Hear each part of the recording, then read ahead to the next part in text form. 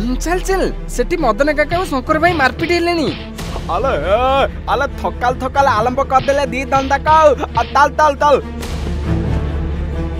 देख मदन गोचर पड़िया रे खुंटपति की मते पुणी शुणुचु हां कौन कहलु जेमिति तो ना लेखा आइछि आम राज्य पूरा पड़ोसी राज्य रे एइटा मोर सेइटा मोर कहि सब माडी बसचंती केही तो किछि कहू नांती मु एठी दी पाद जाकरे बाउंस कोन पोति देली जे तो पळे आसिलु मो सब झगड़ा करियाकू।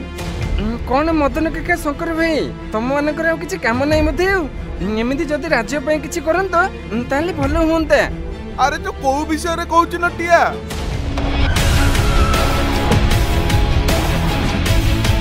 ओ अले फिकान थाल अपोलो अलमत काल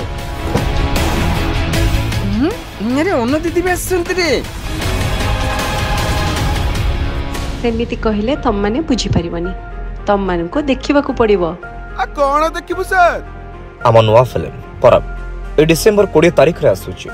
ए सिनेमा रे ओडिसा और आंध्र प्रदेश रो सीमा रे जमी पय केमति लोक माने असुविधा भोगुचंती आ केते अत्याचार सहुचंती ताहा देखि पारि आ तापर जानि परिबो जे लोके केते कष्ट रे रहउचंती आ तमे एठी भाई भाई भितरे माडगळ होउछ छी हमें तो निश्चय जीवे संग माने आपण भी आसीबे।